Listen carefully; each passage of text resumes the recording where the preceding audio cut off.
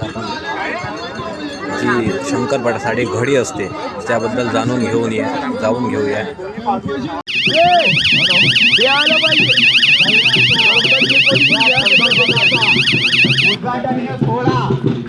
अवघ्या 10 मिनिटात सुरू होणार आहे. काका तुमचं नाव? काका माझं नाव राजाभाऊ संभाजी मंदाडे, राहणार येळगाव गवळी, तालुका कळमनुरी, जिल्हा हिंगोली.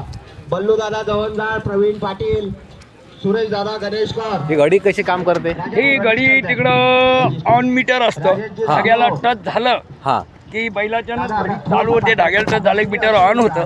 आणि इकडे एक धागा बांधलेला आहे. इकडे हा इथं हा धागा, या धाग्याला टच झालं, दादा हा या इथं धाग्याला टच झालं की ताबडतोब घड्याळ बंद. एवढे सेकंड पॉईंट याच्यावर अंतर राखून कायम ठेव. हो, बऱ्याच वर्षाची परंपरा आहे. पहिले मी काट्याचं घड्याळ चालवलंय. हा माझं सुरुवात 1979 पासून आहे. हा मला 47 वर्ष पटामध्ये लागलेलं आहे. बापरे. हो, आता बच्चूभाऊ कडूचा पट आहे तो 2005 पासून, म्हणजे 20 वर्ष झाली इथं.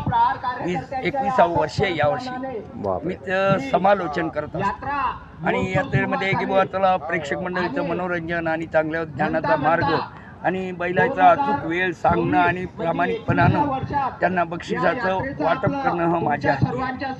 याच्यात जोडीत किती प्रकार असतात? जोडीत आता याच्यात पहिलं असल गावरान राहायचे, पण आता जास्त पंढरपुरी खिल्ला ही खोंड जास्त आल्या गेली. कारण ती आपल्या गावरान एवढी टिकत नाही, पण ही खोंड ही तात्पुरती पळतात, कुठं न पळतात. म्हणजे की जास्त वापर खिल्लार बैलाचाच या पटामध्ये कमी 75 ते 80% बैल आता खिल्लार झाले. ओरिजिनल म्हणजे गावरान तो बैल जास्त 10 वर्ष टिकतो. हा जिथल्यावर टिकत नाही जास्त. एखादा धावचीत बैल चांगल्या प्रकारे टिकतो, पण जास्त करून ओरिजिनल गावरान ते गावरान असतं. हो बरोबर असं आहे. आणि याच्यात प्रकार असतात त्या पटात? हा, छोटा गट आणि मोठा गट. मोठा गट म्हणजे जनरल गट. जे नवीन वासरे यावर्षी खेळायला निघाले त्यांच्याकरता लहान क गट म्हणून असतो. त्याचं बक्षीस वेगळं, त्याचं बक्षीस वेगळं आणि जुनं असतात त्याचं वेगळं. हो, धन्यवाद.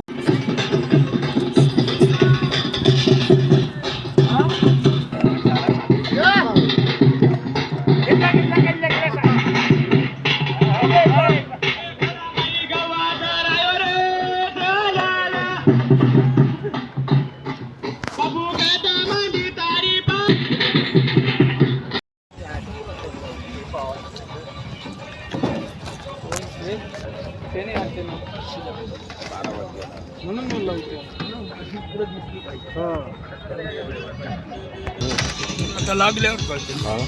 लागल्यावर ते माईवाले माहिती का कुठे गेले? तिकडे गेले.